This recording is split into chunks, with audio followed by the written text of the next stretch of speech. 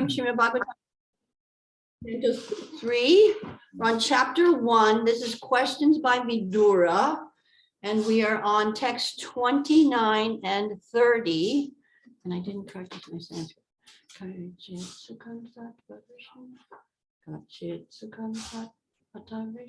Okay, yeah, 29 and 30. 29. Well, responsibly, right? Okay. All right. Om Namo Bhagavate Vasudevaya. Om Namo Bhagavate Vasudevaya. Om Namo Bhagavate Vasudevaya. Om Namo Bhagavate Vasudevaya. Om Namo Bhagavate Vasudevaya. Om Namo Bhagavate Vasudevaya. And if you know this verse, you can sing along with me. Narayanam namaskrityam naram chaiva narottamam devim saraswatim vyasam tato jayam udirayet nasta prayeshu abhadreshu nityam bhagavata sevaya bhagavati uttama shloke bhaktir bhavati naistaki. And so that means by regular attendance in classes on the Bhagavatam and by rendering service unto the pure devotees, all that is troublesome to the heart is almost completely destroyed. And loving service unto the personality of Godhead, who is praised with transcendental songs, is established as an irrevocable fact. Irrevocable fact. We're so fortunate. It never goes away. Whatever little progress we make, even if it's just hearing, that's progress. And it never goes away. It goes into that eternal bank account that never gets overdrawn. Just keep putting more deposits in it. Hare Krishna. So we, text 29. We're on chapter 1, Canto 3. This is questions by Vidura. Text 29. Katchit Sukham Satvata Vrishni Boja. Kachit Sukham Satvata Vrishni Boja. Kachit Sukham Satvata Vrishni Boja. Kachit Sukham Satvata Vrishni Boja. Dasarakanam Adipa Saaste. Dasarakanam Adipa Saaste. Dasarakanam Adipa Saaste. Dasarakanam Adipa Saaste. Yam Abhyasinach Chatapatraneto. Yam Abhyasina Chatapatraneto. Yam Abhyasinach Chatapatraneto. Yam Abhyasina Chatapatraneto. Vipasanam Sham Parihrityadurat. Vipassana Sham Parihrityadurat. Vipassana Sam Parihrityadurat. Vipassana Sham Parihrityadurat. Kachit Sukham Satvata Vrishni Boja.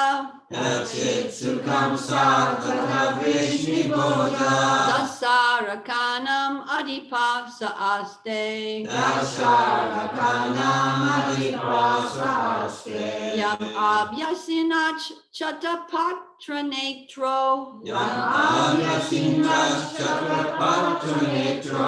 Vipassana Sam Parihrityadurat. Vipassana Sham Parihrityadurat. Chanters. Kachit Sukham Satvata Vrishni Boja. Kachit Sukham Satvata Vrishni Boja. Dasarakanam Adipa Saaste.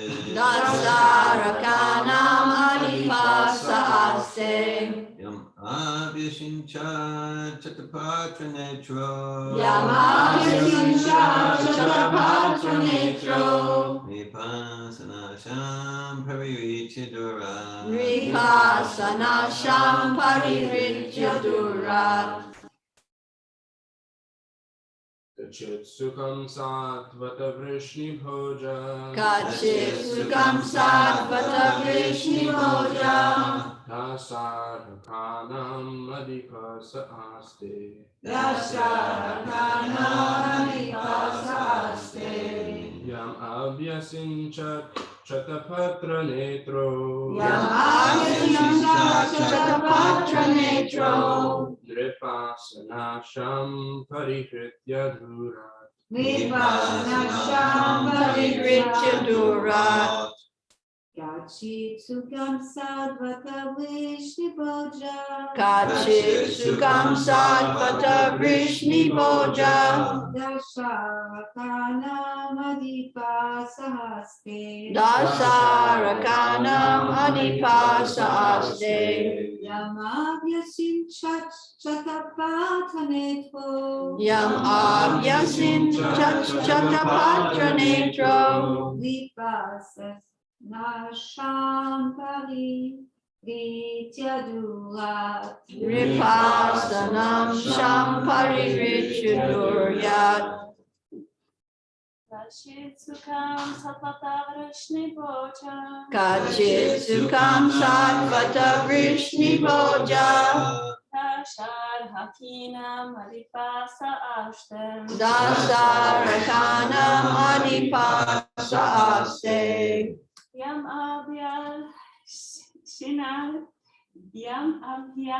Abhyasinach Chatapatra Netro. Yam Abhyasincha Chatapatra Netro. Vipassanasham Parihritya Durat. Vipassanasham Parihritya Durat. Kachit Sukham Satvata Vrishni Bhoja. Kachit Sukham Satvata Vrishni Bhoja. Dasarakanam Adipasa Aste. Dasarakanam Adipasa Aste. Yam Abhyasincha Chatapatra Netro.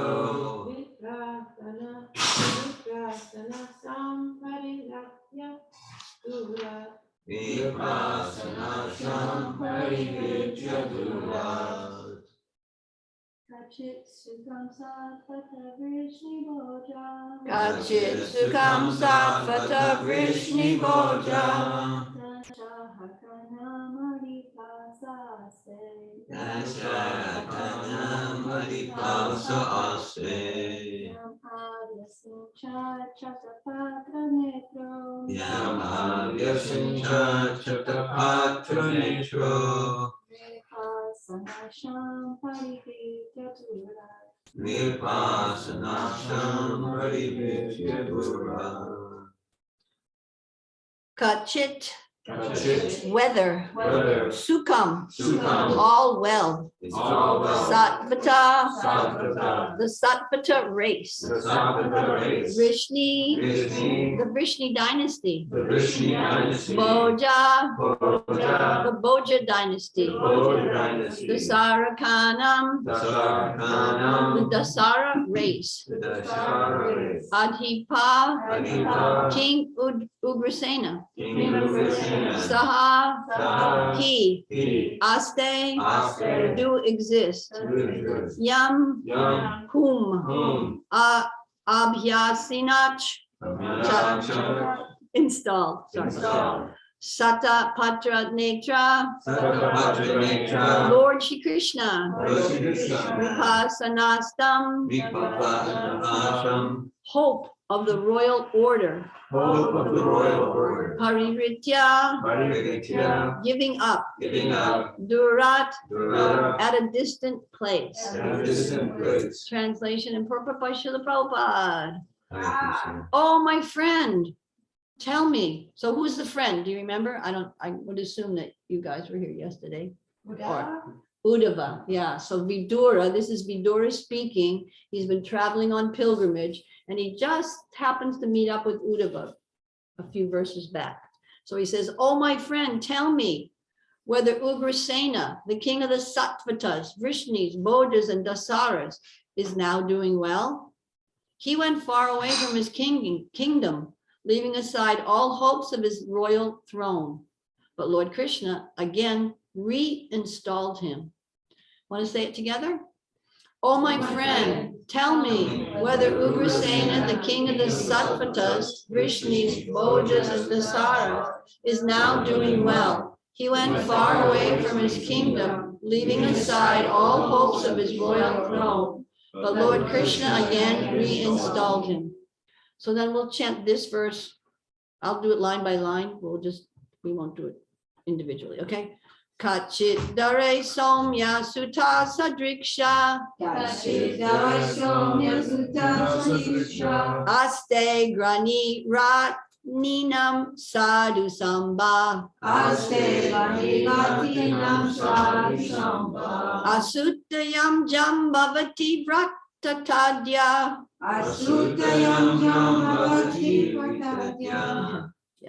Devam guham yom bikaya drito gray. You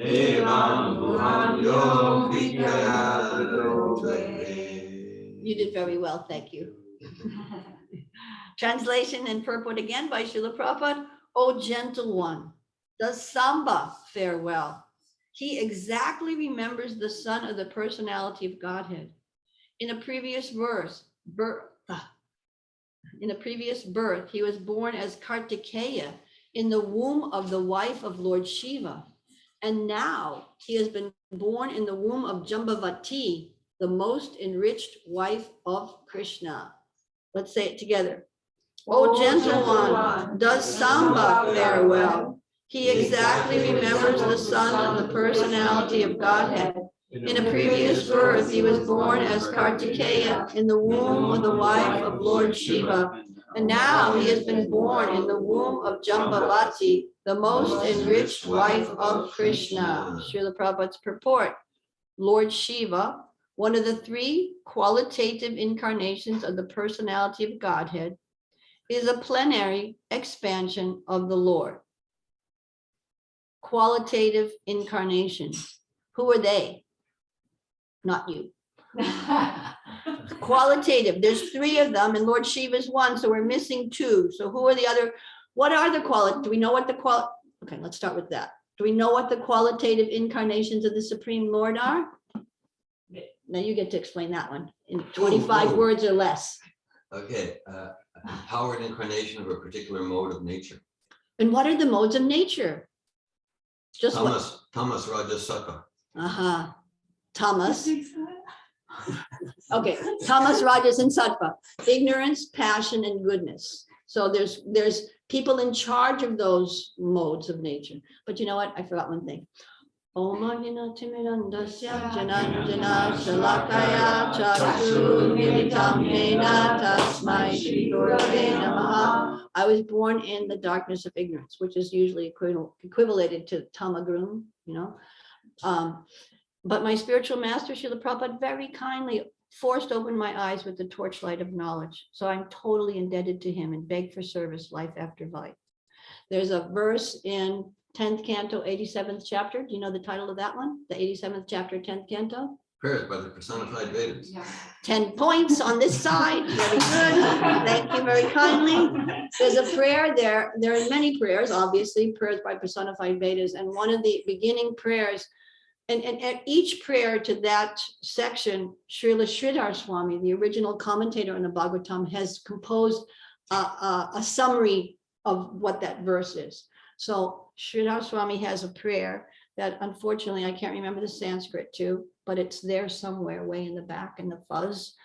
But the translation is, if the wind of indiscretion threatens to knock me down, then I have to hold on to the brilliant lotus feet of Sukadev Goswami and the other Goswamis, because there I can only see or understand because they have understood.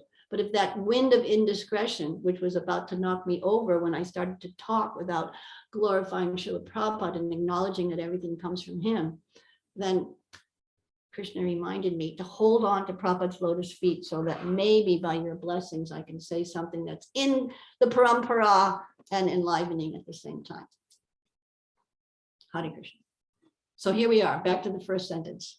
Lord Shiva, one of the three qualitative incarnations of the personality of Godhead, is the plenary expansion of the Lord. What does that mean? Plenary expansion of the Lord. Partial. No, it doesn't mean partial. Thank you. I'm glad you said that, though. Plenary means, what does plenary mean, Parampara Prabhu? It's not partial, then complete. Means complete. It does. And the only reason that I know what because I think of the plenary session of Congress or whomever it is, you know what I mean? That means the full session. But interestingly enough, you're also correct in a sense, because the plenary portion, the plenary expansions of the Lord, they have the full potency of the Lord, but they exhibit only what's necessary for the time and the circumstances. Just like, let's take even Lord Nrsingadev, you know, even Lord Nrsingadev, you know, there he is. He's exhibiting a ferocity of anger and everything, but he has all the other qualities too. But he's just, in order to vanquish, who was the one that he liked to vanquish? Yeah, Hiranyakashipu. He exhibited that potency for that, and he didn't exhibit all his other potencies at that particular time, but they're there. Or even if you go to someone like someone else, partial, but Pritu's not a, he's Pritu. Buddha. Yeah, anyway, Pritu Maharaj, who exhibited the power of ruling over, he was a Shaktavesh, right? Yeah. Yeah. But anyway, he exhibited that power, just that power necessary for what he needed to do. Okay. Hopefully. I'm trying to get the points. Vishnu, Brahma, and Shiva. Yes, Vishnu, Brahma, thanks you. The qualitative, the three qualitative incarnations of goodness, passion, and ignorance, right? Thanks. Thanks. They all fall out the back of my head, so I need help. Okay. All right. Just to be clear, Vishnu, goodness. Thanks, let you be more clear. Thank you very kindly. Vishnu's okay. Vishnu's in charge of, or the mode of goodness. Brahma is passion, because he's the creator. He's invested with that tejas, that power of creation. And Shiva is the associated with, although not affected by, but sometimes he's associated with the mode of ignorance, and he's very kind.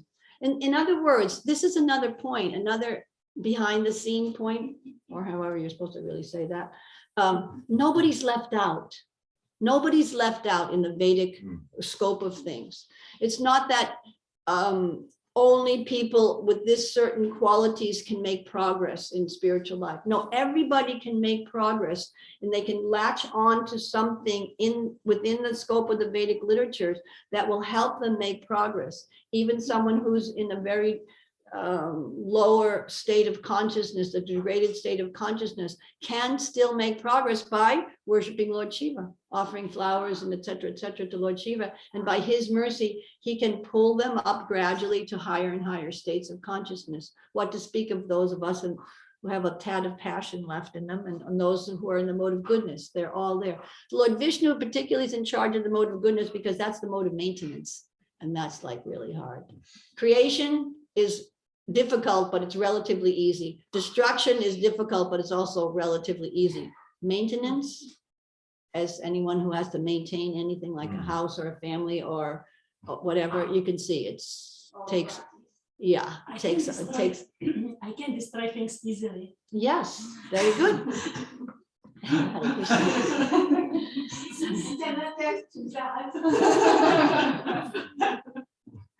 What was that? What did you say? She said she can attest to that. Okay. There might be some emotional tension, but we don't need to go there. We don't need to go there. Thanks. Thanks, coach. Okay. So, all right. Now, there's a lot of interesting things. Okay. Lord Kartikeya, born of Shiva. Okay. Well, wait. Born of Shiva, is on the level of Pradyumna, another son of Lord Krishna. When Lord Sri Krishna descends to the material world, all his plenary full portions also appear with him to exhibit different functions of the Lord. But for the pastimes of Vrindavan, all functions are performed by the Lord's different plenary expansions. Vasudev is the plenary expansion of Narayan. When Lord appeared as Vasudev before Devaki and Vasudev, he appeared in his capacity as Narayan. What does that mean? Can you remember the scene when Krishna appeared from the womb of Devaki? How did he look? 4 hands. 4 hands, Narayan. Thanks. You got my hint. Good. When the Lord appeared as he appeared in his capacity. Similarly, all the demigods of the heavenly kingdom appeared as associates of the Lord in the forms of Pradyumna, Samba, Uddhava, etc. It is learned here that Kamadev appeared as Pradyumna, Kartikeya as Samba, and one of the Vasus was as Uddhava.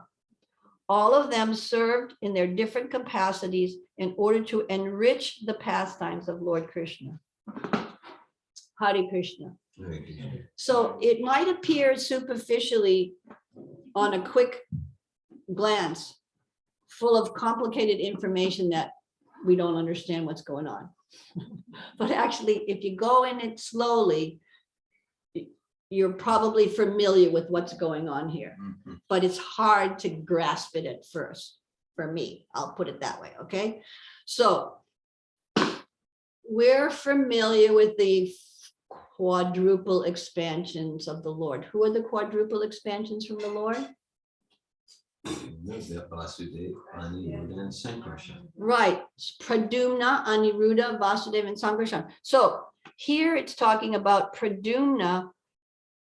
Okay, look, let's see the last one. It is learned here that Kamadev appeared as Pradyumna.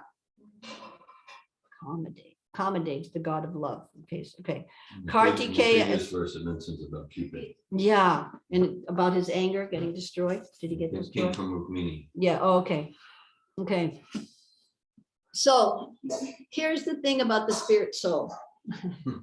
The spirit soul is unlimitedly powerful. Even the individual spirit soul, the Atma, there's two words for two concepts of Atma. There's the individual Jivatma, the individual souls like all of us.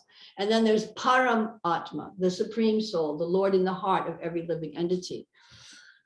They're different qualitative, they come from different energies. The Supreme Lord comes from the energy of the Supreme Lord, Vishnu, he's the Supreme Lord. The living entity comes from another energy of the Lord. The Lord has 3 principal, and he has unlimited energies. Parasya, Shaktir, Vividhaiva, Shruyate. He has unlimited energies, but they're broadly categorized into 3 groups. The internal potency, which is the Lord himself in the spiritual kingdom, the external potency, which is the energy that creates the material world, and the marginal or tatastha potency, which is where the jivas manifest, the individual jivas come from that.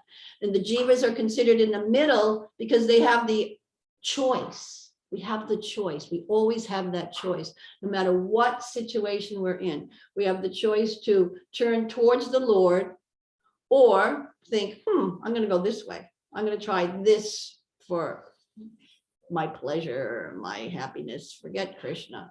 I'm tired of worshiping him. I want to be happy. Why don't I try all of these things? So we have that choice. And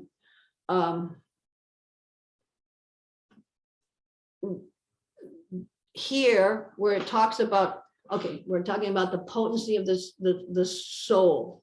So in perfection, in the spiritual world,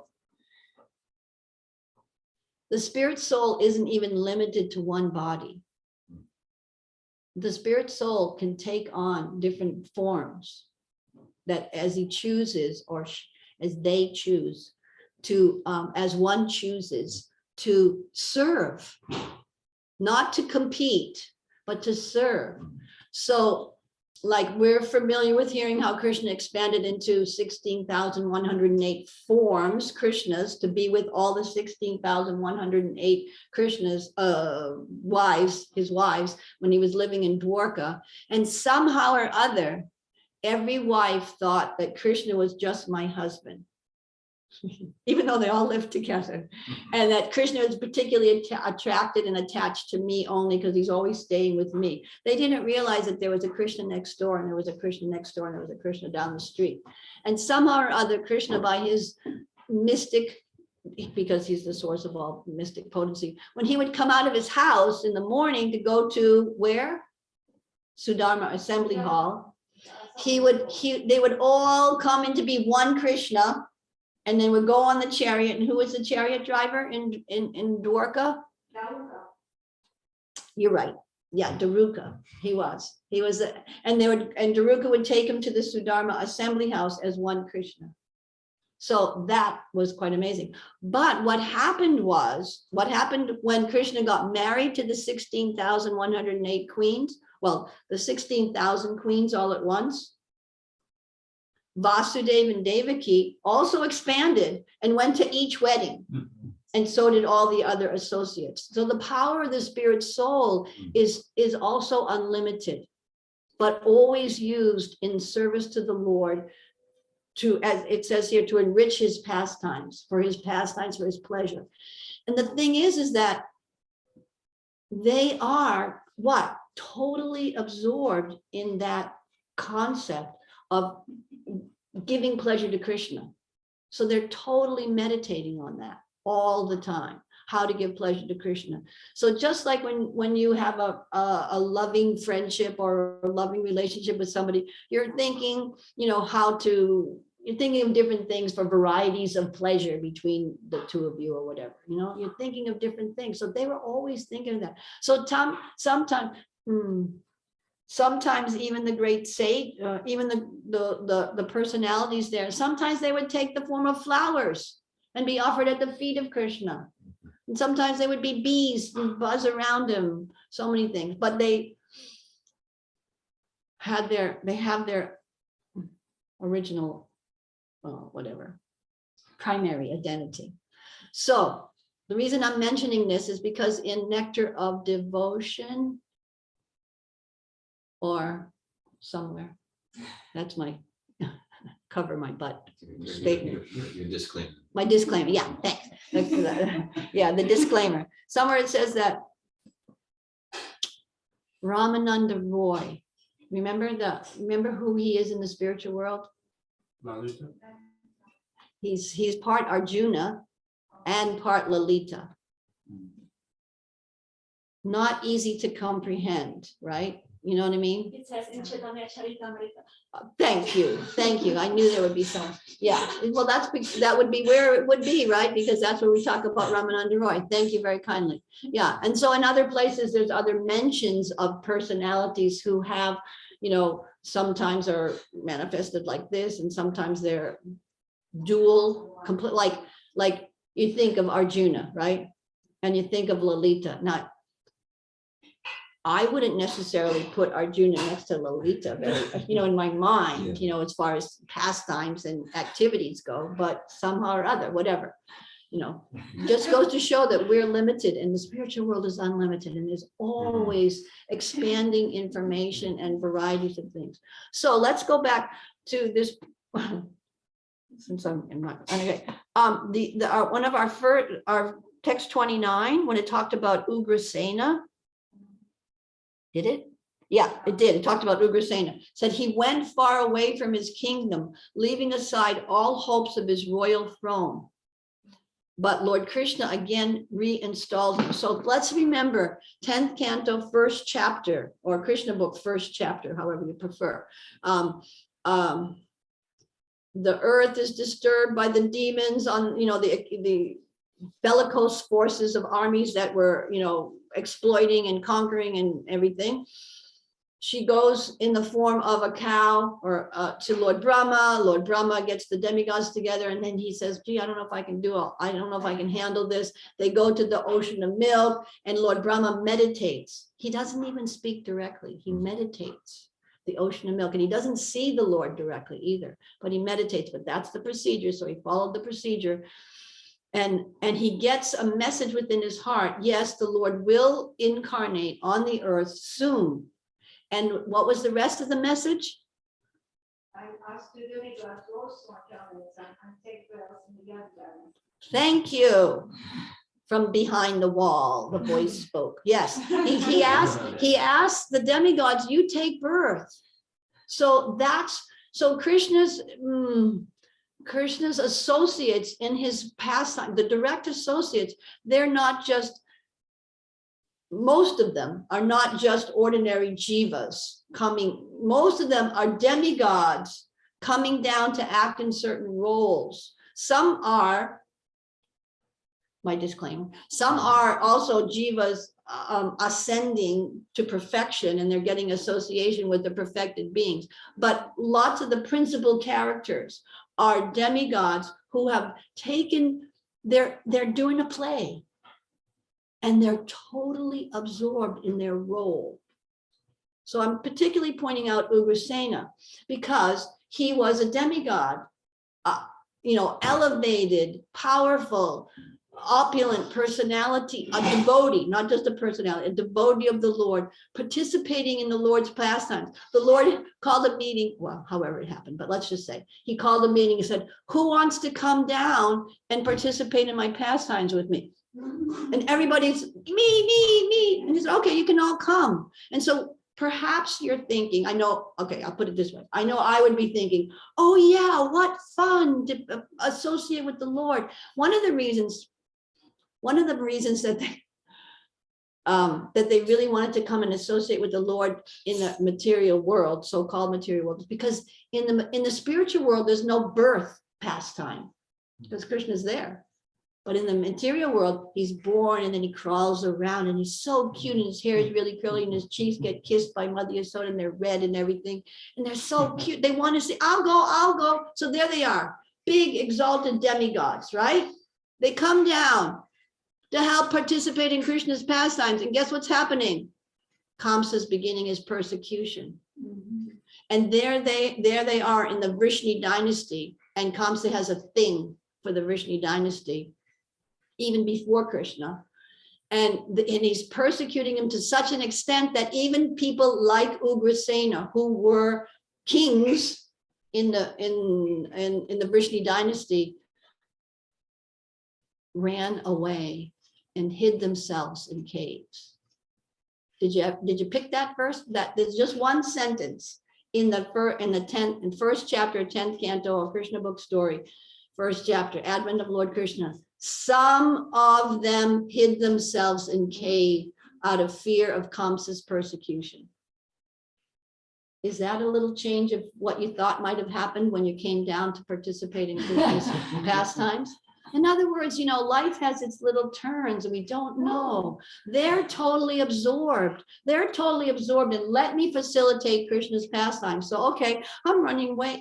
Actually, it also explains somewhere that they also, not all of them remember that I was a demigod in my past life. I was a this in my past life. And now they're totally absorbed. There's a term in Sanskrit called mugdata, and it refers to Krishna.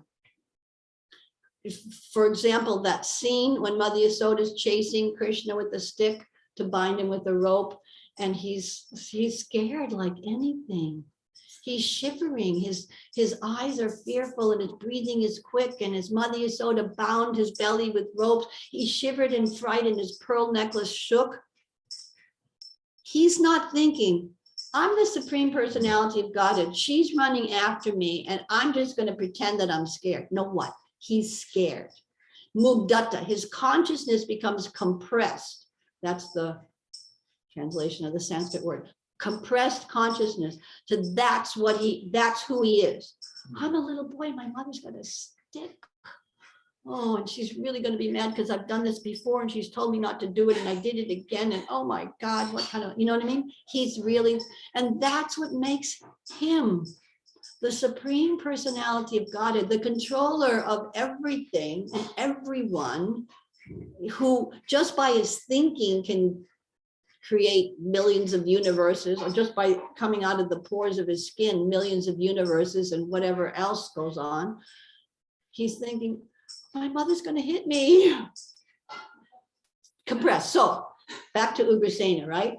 Ugrasena and other associates, even Pradumna, who's meant, no, Samba, we'll talk about Samba in a minute. In all of these other associates, they're completely convinced this is who I am.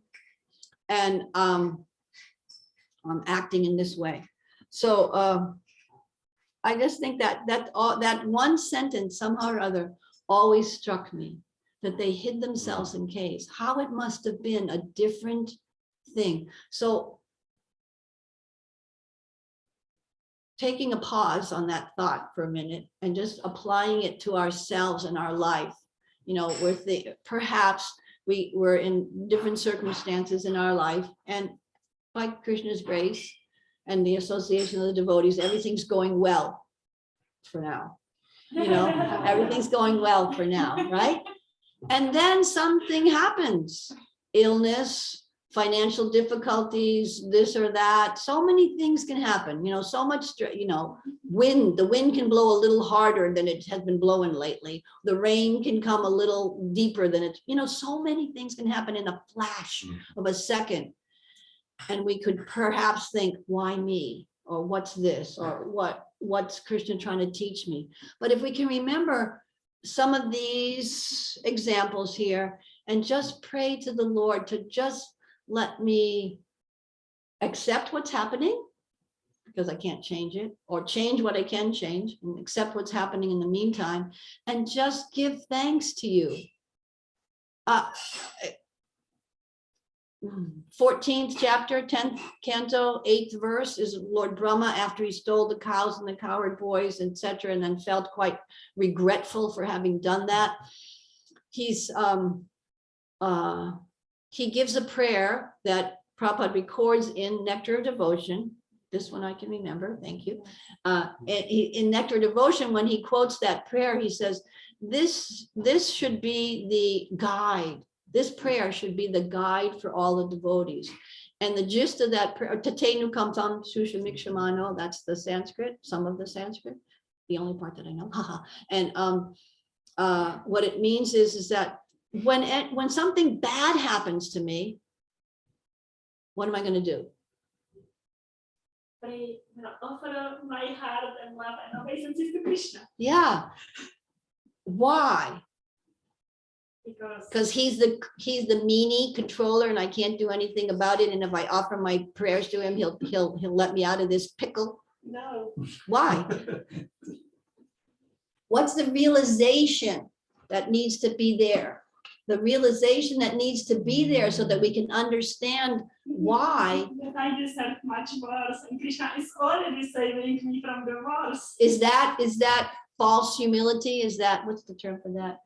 When you're depressed, on your low self-esteem. These things come slow these days. Low self-esteem. Oh, I deserve worse because I'm so fallen. No, it's real. It's real. It's a real understanding of I've sojourned through life after life. For how long? A few years. A few births. Not even. Millions, uncountable millions of births. That's why we're called Nitya Buddha. What a drag, huh? Eternally conditioned in the material world. That's what we're called in that group of us. But it's not hopeless. We're not hopeless. We're not without hope. We have the highest hope. Okay. We deserve it when one can understand. When we hear gradually, we pick up different pieces of information as we go along in Krishna consciousness. We hear, yes, I've been born, I've grown, I've produced byproducts, I've dwindled, and I've died many, many times. And during all that span of that one life in the human form of life, I've accumulated heaps and heaps of good grains of karma and bad grains of karma. So I've got this huge granary, you know, of good and bad karma mixed together. And so when something bad happens, I realize it's not, I might not be able to make the connection what I did to deserve this. And even though I think I don't deserve it because I've been really a good person my whole life, and I helped that lady across the street and I gave some da-da-da, and I did that and I went on Sankirtan and blah, blah, blah, blah. But But I realized I've been around a long time. I have a lot of baggage back there. And Krishna's just giving me a custom, and not even just mechanical. He's not just giving me tit for tat because we've attempted to surrender to Krishna's lotus feet. He's giving us a custom fit karma. You know, he's utilizing our karma to help us surrender more to him. So the bad things, we think, I deserve worse. The good things come, and what does the person think in a proper consciousness? I don't. Krishna loves me so much. Yes. And they also think, I don't deserve this. Good. Krishna, thank you. And Krishna loves me so much. He's being so kind, and I don't deserve this, but he's being so kind to me. Because why? I know that that storehouse of baggage is back there, you know, and he's so kind that he's just giving me a little, he's giving me this anyway, you know, I don't deserve it. And now I forget why I'm saying that. It had to do with Ugrasena. Oh no, had something to do with, sorry, something to do with old age, whatever.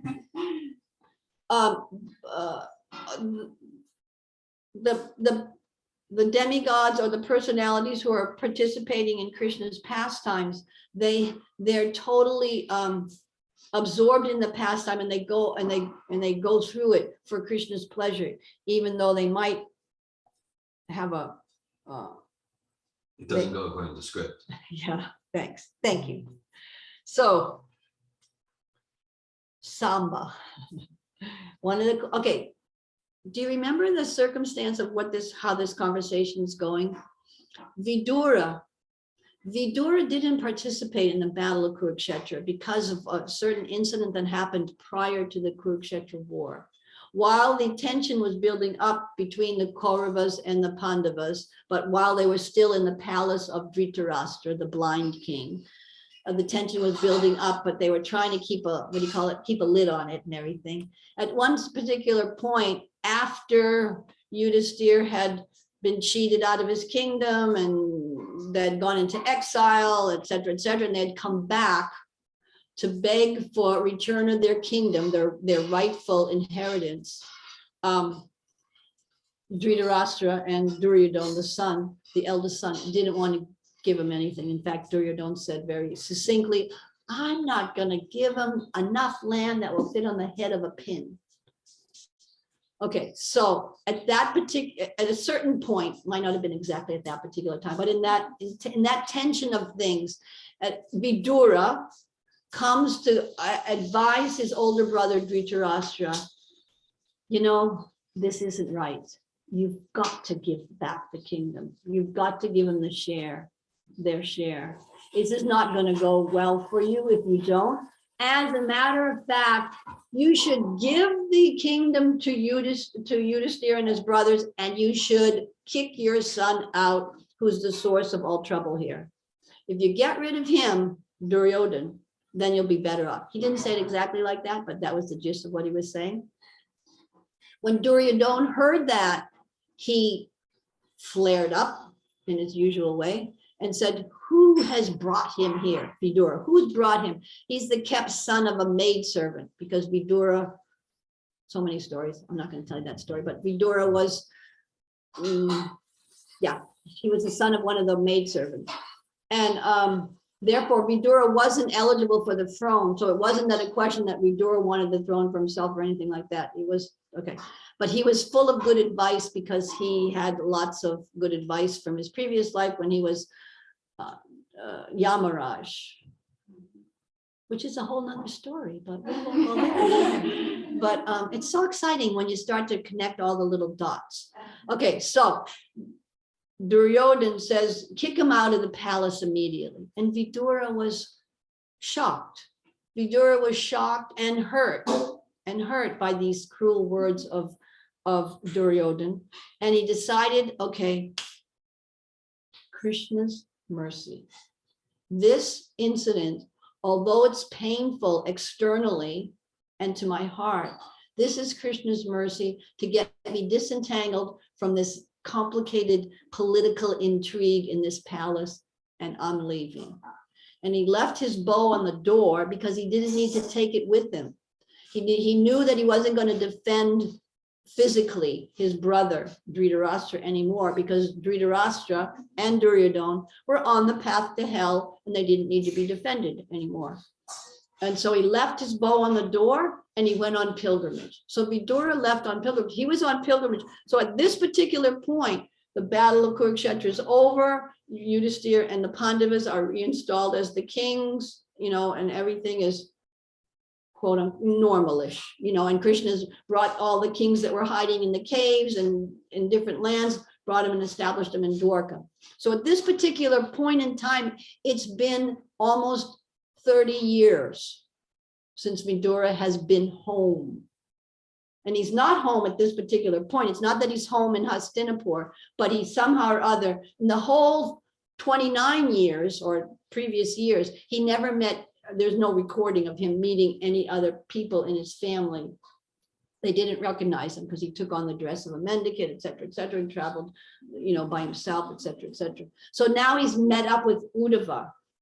Previous to meeting up with Uddhava, he has heard that all of these people that he's inquiring about, perhaps not Ugrasena, but all of the other ones are already dead. He's heard it, that they had a fratricidal war, they had, you know, at Prabhas, and they beat each other with the sticks, et cetera, et cetera. He's heard it, but it was so shocking to him that it was hard to comprehend. So when he meets up with Uddhava, who is also a Vasu, interesting because there's mention of Vasus here. Yeah, but it's interesting because Bhishma was a Vasu. But anyway, okay.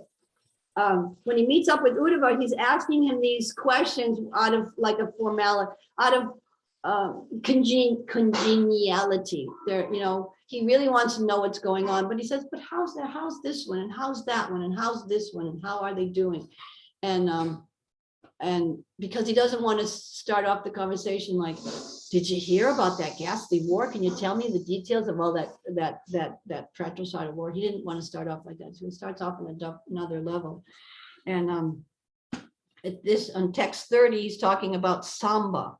Samba is an interesting character. Do you remember who it mentioned that his mother was? Mentioned in the Samba was the son of Krishna and Jambavati. And Samba, his name Samba is given to him because Amba means mother, one name for mother. And Samba was always, he was so attached to his mother. He was always with his mother. He was a little mama's boy, you know.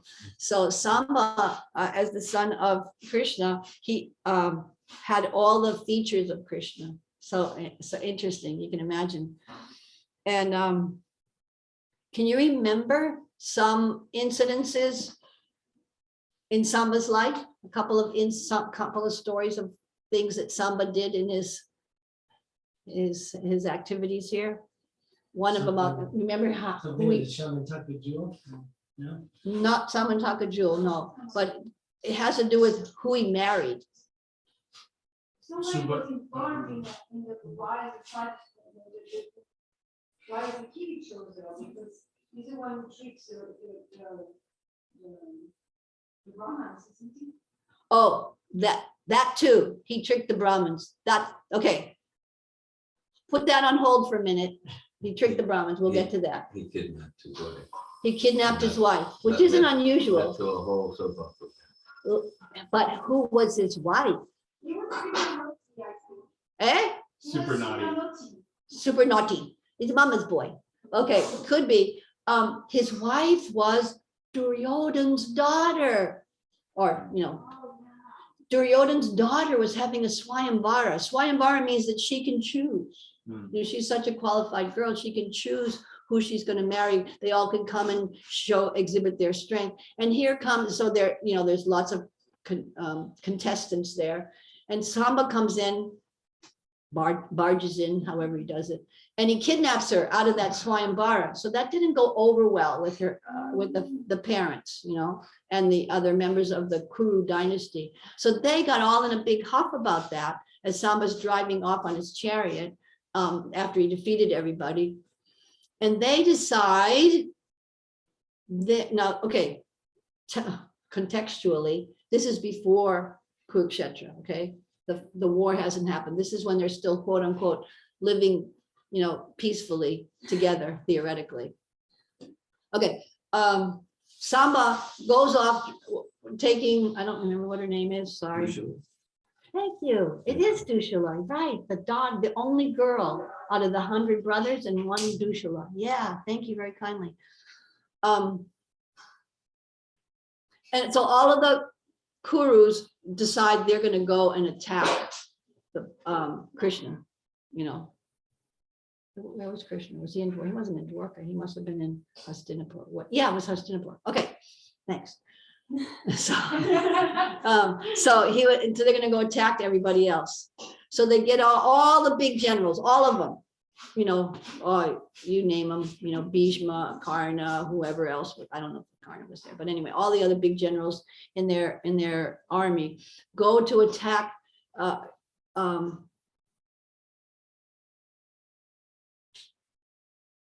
They get ready to go to attack. And Balaram hears, he gets wind of it. He gets wind of it through Narada Muni, who's always spilling the beans about whatever's going on, right? So anyway, so Balaram, so then it was, you know what? I just told you the story wrong. Because they're all in a huff, and it's when Krishna's dynasty hears that Samba's been arrested, they start to go to get to Hastinapur. Yeah. Anyway, and Balaram says, wait, I'm gonna let me just try to, because I have a special relationship with these people. Let me try to pacify them. Let me try communication. Communication, that was what was missing. And it often is, isn't it?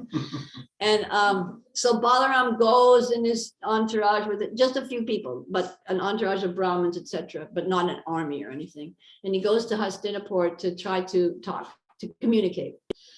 And when he stays outside the city, when he hears that and he sends his messenger in that Balaram has come, Duryodhana is really happy because Duryodhana and Balaram have a wonderful relationship. They do. Who can understand? Yeah, they have a wonderful relationship. Balaram taught Duryodhana the art of fighting with a club. So he's very attached to him.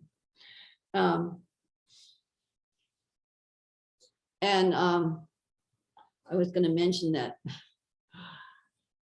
in previous life, when back to the scene in the first chapter of the Krishna book, when the demigods are taking birth, when Sesha or Balaram also is getting ready to appear, he has a devotee. His name is Kali, not the personification of Kali Yuga, but Kali.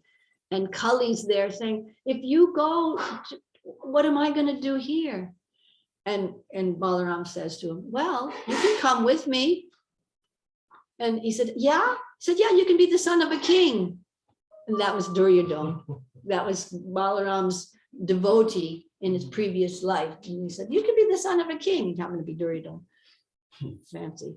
Okay. Balaram goes and tries to pacify everybody in Hastinapur, and they just return Balaram's good wishes with insults. Who do those Pandavas think they are? They don't deserve anything. They don't deserve a kingdom. They don't even deserve to use the chamara. That by our grace, they had to use the chamara. Balaram says, excuse me? You mean Krishna, the Supreme Personality of Godhead, doesn't deserve to use the chamara? I think there's a screw loose. I think there's a misunderstanding in your part. And so Balaram just says, okay, communication isn't working. Let me use the force factor. And he just goes boink with his plow. And then he goes, and the whole city starts to move towards the Ganges River. Balaram is about to destroy the whole Kuru dynasty and their city and their houses and their palaces and everybody, pull them all into the river.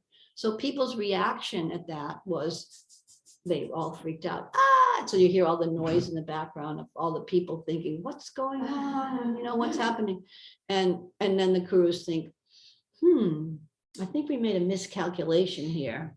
And so they offered their prayers to pacify Lord Balaram. But all of that was because of Samba.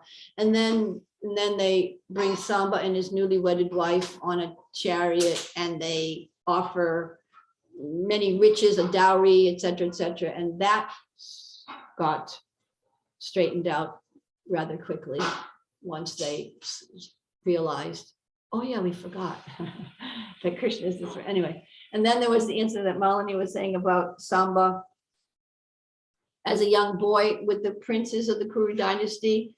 One day they were just joking around, you know, as boys do, and girls do too, but they were just joking around, and they dressed Samba up as a young girl, put a sari on him and put a little pillow in his stomach or whatever they put in his stomach. And then they went to the sages and they said, oh, great sages, you can see the future. Can you tell us what the future of this child will be? This future, will it be a boy or a girl? Now, those sages were not ordinary sages. Even Narada Muni was there present in those things. And they got a little, they could understand that these boys needed a little attitude adjustment, and that what they were doing wasn't proper, you know. So they said, yes, we can tell you. This woman will give birth to the destruction of your whole dynasty. Ding. Wake up call for the little boys. You know, they were young, you know, but it was a wake up call. And they thought, oh my God, what did we do? We just got our whole dynasty cursed. And then they undressed Samba really quickly. And there was this iron club in his, you know, to make the little stomach. So he looked like he was pregnant. And they thought, oh my gosh, what are we going to do? So they went running back to their elders, and they went to Ugrasena, and they told him, this is what happened. What are we going to do? And Ugrasena, interestingly enough, he didn't consult with Krishna. He didn't want to bother Krishna. We thought, well, here's this lump of iron that's going to destroy our dynasty. I know what I'll do. I'll just shave it into powder, you know, and that way it's not going to be a problem, right? Wrong. He took it to powder, and then there was a little piece that, you know how it is like when you're grating carrots. There's always a little piece that doesn't grate. Oh, totally. So there was a little piece left over, and all the rest was powder. And Ugrasena personally, you know, did something, took it on out to sea and sprinkled it over the sea, and dropped that little wedge into the ocean. And lo and behold, there just happened to be a fish swimming under the boat, and he ate that little wedgie thing. And then all the little dusty remnants of the club, they just floated and floated and floated to the edge of the sea, because the waves push it to the edge. And there they just got embedded at the what do you call seagrass on the edge of the ocean. And that was at Prabhas. So fast forward pastimes of Krishna, and when Krishna decides he's going to leave the planet, he's thinking, am I going way over my time limit? Is there a time limit? This is what time is for. Okay, all right. I just, you know. Generally speaking, we go till about 9:30. Okay, okay, perfect. As I get distracted by this pastime and that pastime. Okay, so fast forwarding to when Krishna decides to leave the planet, he's taking care. He's already liberated thousands and thousands of demons, you know, and impious personalities, etc. So the burden of the earth has been alleviated. But there's still, if Krishna leaves now, because he had his 16,000 wives, 16,108 wives, and he had 10 children from each wife, and plus some daughters, or maybe one daughter only each time, I don't know. But anyway, he had a daughter also. And then, so then they all grew up and had 10 kids also. Each kid had 10 kids. So his dynasty was huge, millions. It says in Krishna book, it says that he had 38,000 teachers for his children as they were growing up. Okay, so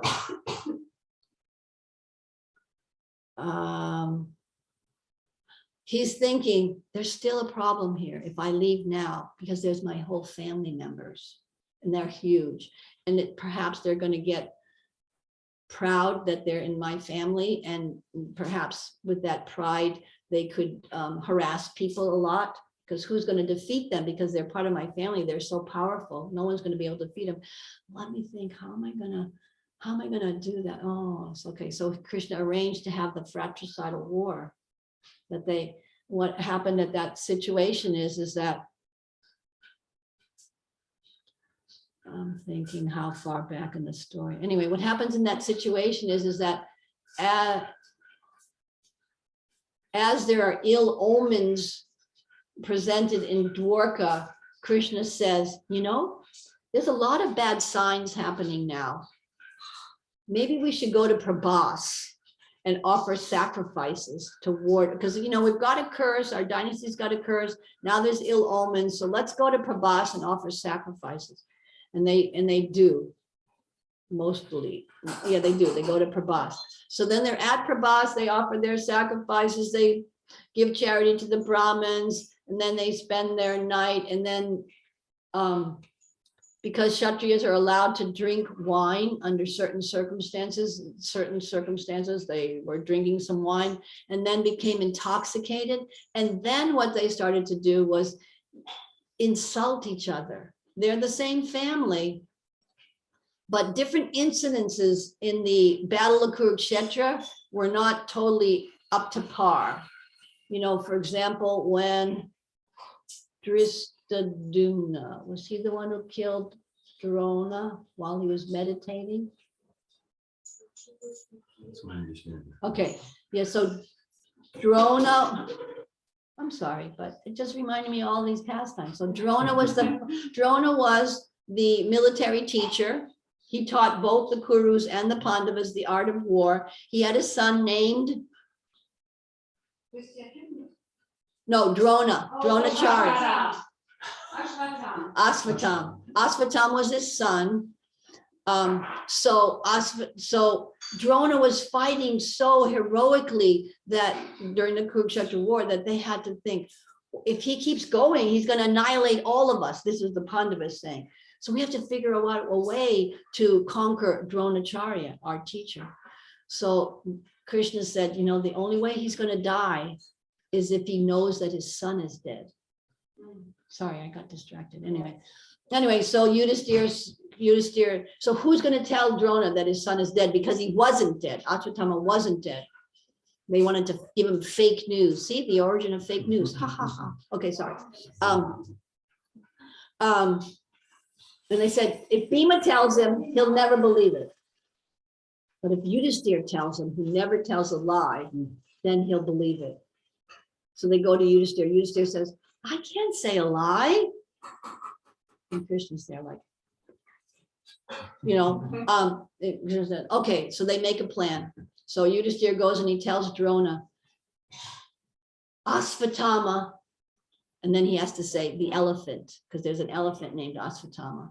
Well, first we had to go kill Asvatthama the elephant. Then he went to Drona and said, Asvatthama the elephant. But as soon as he said the elephant, Bhima blew his conch shell. So all Drona heard was Asvatthama, toot, is dead.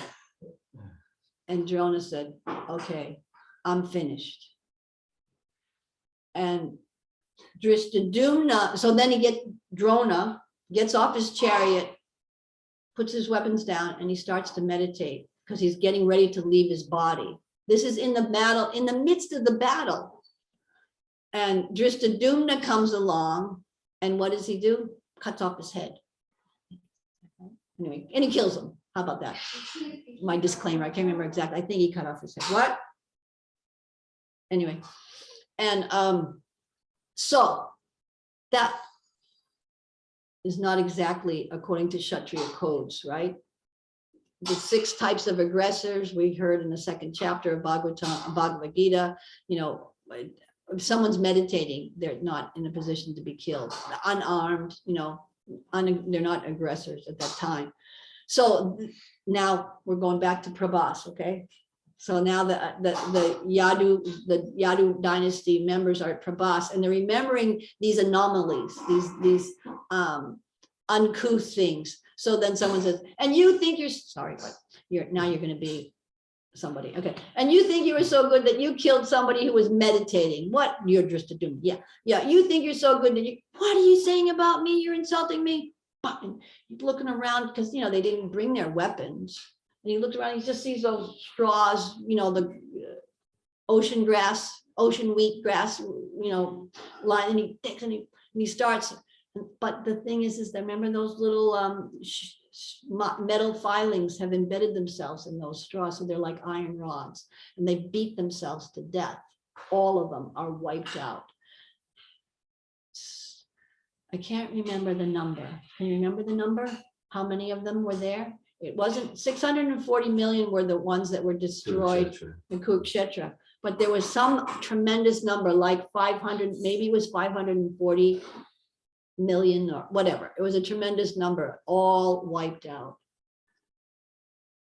Hare Krishna. I got distracted, but anyway, the pastimes of the Lord, even they might be not what we're used to hearing. It's not like we used to take pleasure, perhaps, in war stories, or someone killing someone stories, or this or that. But they're purifying to the heart. Rasa Leela is purifying to the heart. Bala Kurukshetra, stories of Krishna, are purifying to the heart. Hearing the glories of the Lord is purifying to the heart. They have a different quality to them. They have a transcendental quality to them. So we can relish them. We're allowed to relish them. We're allowed to relish the blood and gut stories too, because Krishna ultimately,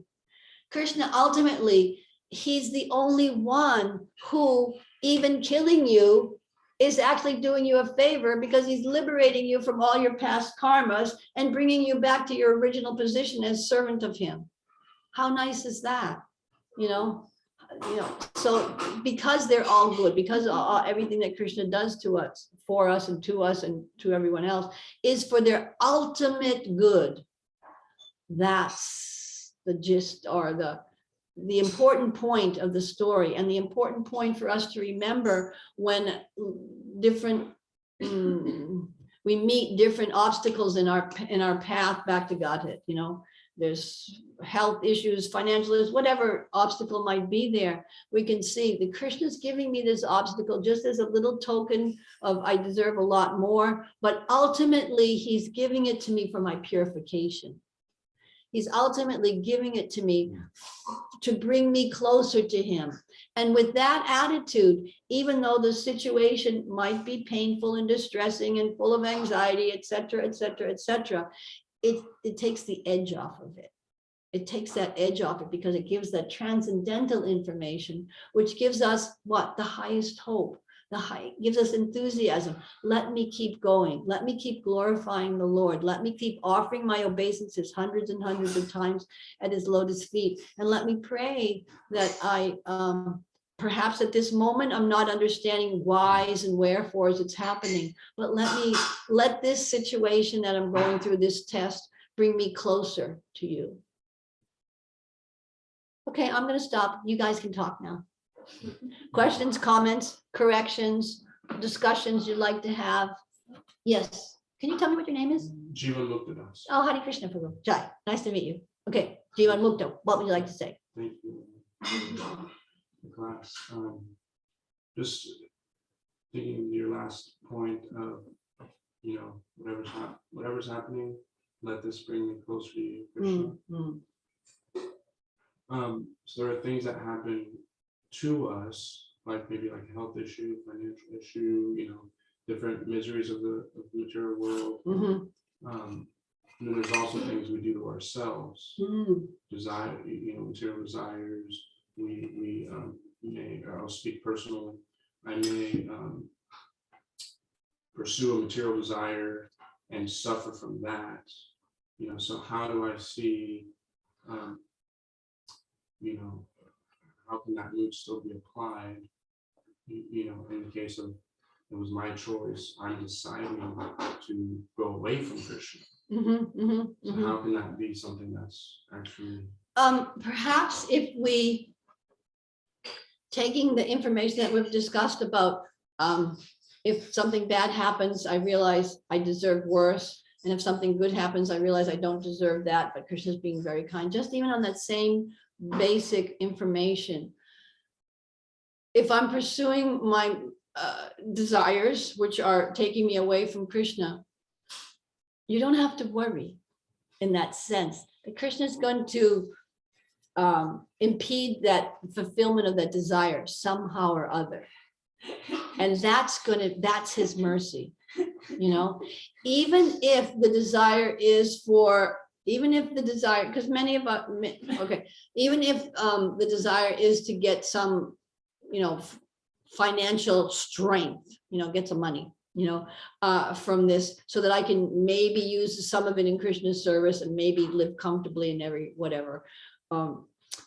Even those kind of desires, Krishna, we spoke about this in our last class here, I think. In Chaitanya Charitamrita, Krishna says that anyone who comes to me and oh, it's a little different. Hold on, I won't say it right now because then I'll get distracted from your point of that you do things by your own choice. But Krishna has a way, because you also, we all of us, that's why we're called mixed devotees. None of us have only pure desires for pleasing Krishna.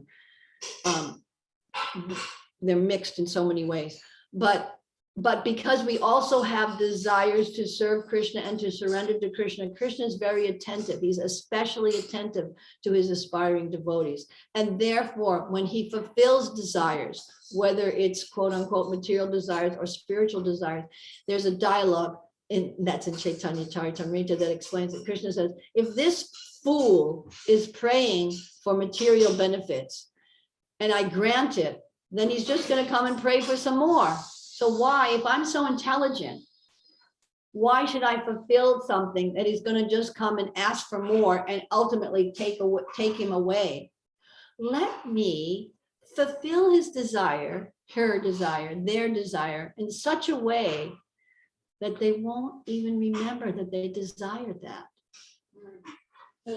They won't even remember that they'll fulfill it in such a way. Let me give them a taste in such a way that they'll become purified of material hankerings. They'll make progress. And therefore, by making progress in spiritual life, and if in this case I have to crush that desire, but the person makes progress in spiritual life, then it's progress. So in Bhagavad Gita, it's explained in the terms param dristva nivartate, param dristva nivartate. We talk about giving up material desires, etc., and it's all well and good. It's easy to say. Practical application of it is a little more, you know, down home, difficult, right? But if we get a taste, if we get a higher taste, then that taste for the devotional service or chanting or however it manifests, that higher taste immediately satisfies us much more than our lower taste for material pleasure or chocolate pie or whatever, you know. So if you're tasting a higher taste, is it hard to give up something that isn't going to really satisfy you? It's not hard. It's by experience a higher taste, one easily gives up the lower taste in material play. So Krishna is always working with his aspiring devotees on that level. So we might, and it's not unusual that material desires bubble up in our consciousness. That's also explained in Bhagavad Gita. The mind is like a pond, a still pond. Some minds are like still ponds. Some minds are like wavy ponds. But anyway. But on the bottom of the pond, what's happening? The bottom of the pond, because the leaves and everything that are around the pond have sunk to the bottom, they're fermenting. And every now and then a bubble, a fermentation bubble rises up. That's like material desires. That's the example, like material desires rise up. But if one is so in tune that they can see, oh, look at that, I'm having this desire for a new car. I'm having, but I know it's not really going to make me happy, because the last desire I had when I wanted a new lawnmower, it was nice, but then I got tired of mowing the lawn really quick, but it's not going to make me happy, but look at how it's rising up. Let me watch it rise up and let it float away, more or less, what I mean? Let me watch or fulfill it in a way that's not like totally all consuming, whatever. So Krishna helps like that. And if we focus not on, oh, I'm really not very advanced at all, because look, I still have material desires, and it's been 2 years now I've been doing this chanting and everything, like what's going on? It's taken so long, man. I only got a few more years to live, but whatever. We remember that every little thing that we do in devotional service is irrevocable. Remember back in our beginning of the class 3 hours ago? It's irrevocable. It's irrevocable. It's there. It adds up. It adds up. It adds up. So even if you were just putting a penny deposit in the bank, okay, ridiculous examples always help, right? Even if you were just putting a penny in the bank every day, after a while you'll have $1, and after a little bit longer you'll have $100. So that's what the process of devotional service is doing. So if we stick to the deposits as opposed to the taking out of your bank account by trying to pursue material pleasures and stuff, but if we stick to our deposit of trying to chant attentively, trying to chant with feeling and love, trying to hear and chant, and trying to speak to others about Krishna, trying to spread the holy name, however it looks, however we can, then the deposits will add up. Do you want any prasadam? Can you wait any longer? No, you've got to go, right? Okay. Anyway, thank you. Nice to see you. Hare Krishna. It'll add up, and those things that we're doing, and we're all doing them, will diminish in their ferocity. Is that okay? Would you like to add anything to that? Anything more coherent? Appreciate your response very much. Prabhupada uses that verse to refer to himself. Yes, and of course, we don't see that applying to Prabhupada, but he sees that applying to himself. That's a verse in 11th Canto of Bhagavatam. Krishna says, therefore, like a sincere devotee, but has some material desires, then I'll kind of like I'll tend to take anything, to take everything away, and then he's left with more deeply, more enthusiastically taking shelter in me. And so Prabhupada, from a business point of view, he had like every possibility to become like multi-billionaire. Like really strange things once fell through, like it didn't quite again and again. And the Prabhupada says, yes, so like Krishna saw it. Of course, Prabhupada, even his endeavors to make money just so he can serve Bhaktisiddhanta's movement, he had no material desires, but humbly he doesn't see himself that way. And so he said, yeah, so Krishna took everything away to deepen my desire. And of course, there's different subtle facets to this. And in your response, I'm thinking of like in the 4th chapter of Bhagavad Gita, there's akarma, karma, and vikarma. And so akarma, that's essentially bhakti yoga. That's devotional service, where like Krishna is doing everything for Krishna. So that's the goal. And then karma is like, we got material desires. In a sense, the whole Vedas are a trick to meet us where we're at, material desires in a way where we will gradually get purified in advance and lose the lower taste and cultivate the higher taste. The whole Vedas are like that, and not pulling the reins too tight, not letting them too loose. And then there's the vikarma, which I see as like vicious karma. Like that's desires that we act on. They're not in any sort of goodness or Vedic paradigm. We're just going back down to the animals. We're really violating we're really transgressing all principles and like that. And then Krishna has a system for that, because like if we act vikarma, speak we, they, me, whatever. So when I act is completely contrary to even goodness, what to speak of transcendence, all right, then there's something called like instant karma. then there's something called instant karma. And then if I have some sincerity, some intelligence, sincerity is the main thing Krishna gives us. Some sincerity is like it's not a big mystery. Okay, yeah, I did that. Then some mystery. And then just like some countries with like a GPS system, like, okay, that was a wrong turn. This is Krishna's mercy. I did that. Now I'm in like maximum security prison. Okay, so let me become more law abiding. So there's a system wherever we're at. Yeah. Thank you. Yeah, and that all ties in with our talk in the beginning about the 3 qualitative incarnations. There's something for everyone, and that's the Malini. I was thinking how Krishna's system is perfect. Yeah. Like if I eat chocolate too much, then I have a bellyache. And so the system is perfect. And it seems that the real karma is when we try to change the system. Like I eat chocolate, but I have a pill I can take that will prevent me from getting the natural reaction. And then we, by doing that, we remove ourselves more and more from Krishna's natural system that is there to protect us from indulging too much. Because for every indulgence, there is like a natural instant reaction. Like contraceptive pills, for example. For example, that's such a nice way to control sex life, to take and it prevents the control of sex life.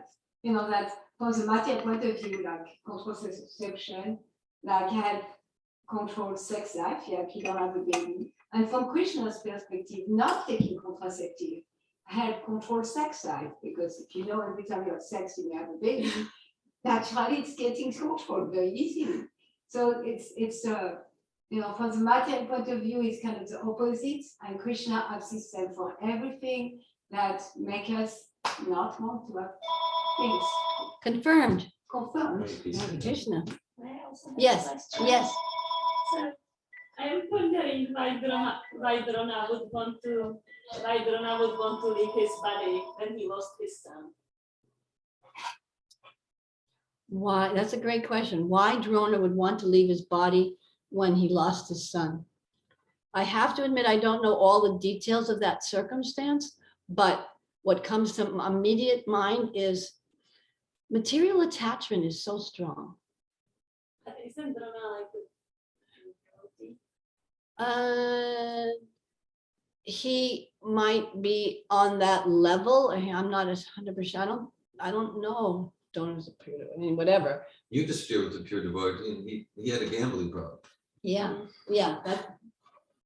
I'm glad you said that, but it's true. And the thing is that material attachment and material desires are so strong and so subtle. We could even say, not in a critical sense, but we could even pull the example of Lord Shiva when he wanted to see whom? When he wanted to see Mohini Murti, who was Krishna himself, and Lord Shiva wanted to see how Krishna looked when he was incarnated as a woman. And we could discuss how that's not wrong. We want to see Krishna. But as soon as he saw it, he became overwhelmed with desire to embrace her and to have union with her. And so he's standing with his wife. He just doesn't even look that way. He just runs after Mohini Murti, etc., etc., etc. All these sages. Yeah. It's very embarrassing. Very embarrassing.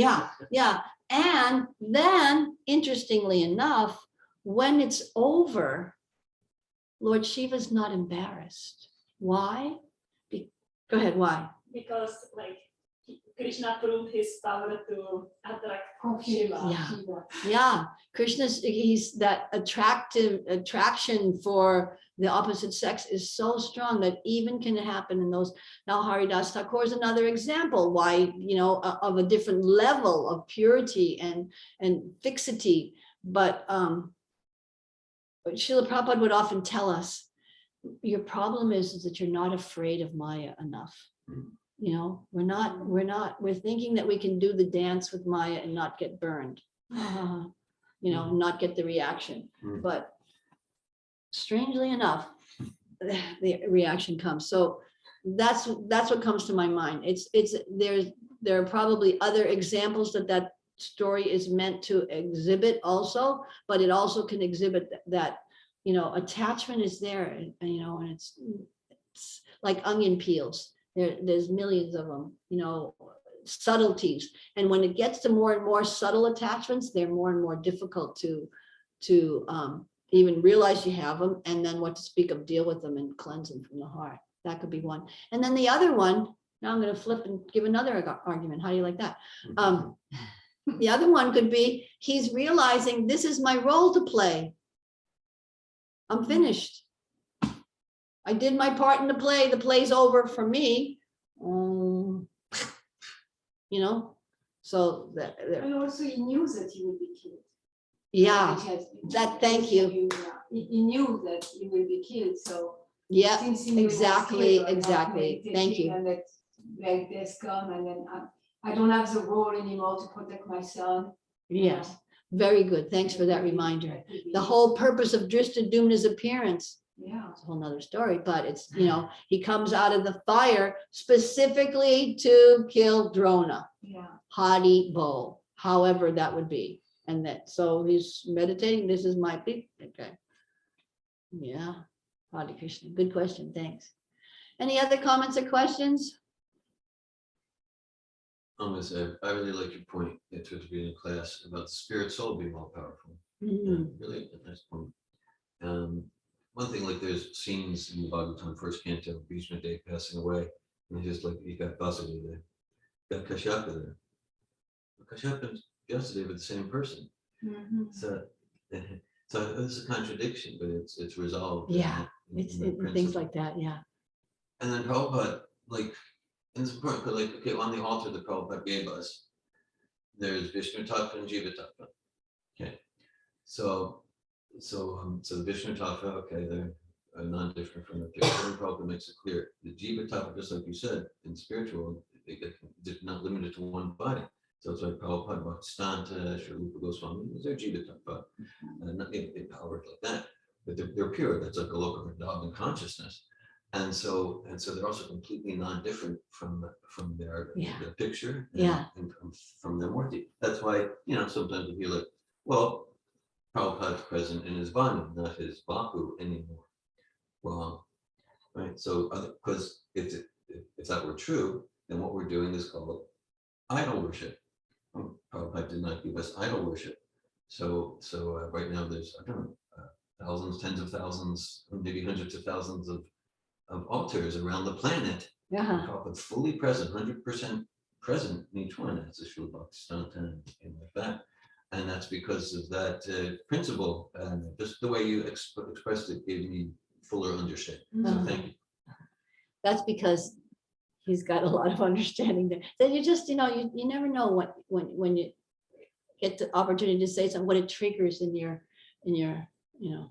But what it triggered in me when you just said that was, I just recently read a pastime, remembrance of Srila Prabhupada, where, sorry, I can't remember the details of who it was, but somebody, one of Prabhupada's disciples, little son, was in the room with his father and Srila Prabhupada, and there were other people in the room. The little boy had a crayon in his hand, and Prabhupada had his, on his low desk, he had a picture of Srila Bhaktisiddhanta Maharaj, and the boy started to touch his crayon to the picture of Srila Bhaktisiddhanta Maharaj. And Prabhupada said very sternly, don't do that to my Guru Maharaj. And then the father thinks, oh no, my son, oh, I'm so fallen because, no, I mean, you know, and then, but then Prabhupada says, later he says, that is okay. If someone is a real rascal when they're young, that means they're very intelligent. And then they felt all better. Anyway, thank you. Other comments or questions? You have any rascals in your family? Oh, you don't have. I was one He's too. one. I was one, and then I have one now. Yeah. Anyway, I okay. have two. Really. Yeah. Okay. Any comments from onliners? Okie dokie then. Thank you very kindly for your kind invitation and your attention. All glories to Sri Prabhupada. Hare Krishna. Jai Sri Prabhupada. Vanchakalpa Trivya Chakri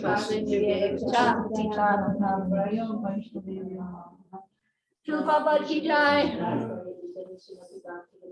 Hare Krishna. Thank you, Mother Nanda. Haribol Jai. Thank you. Prashadam is going to be served outside. Thank you, Malini. Mother Malini.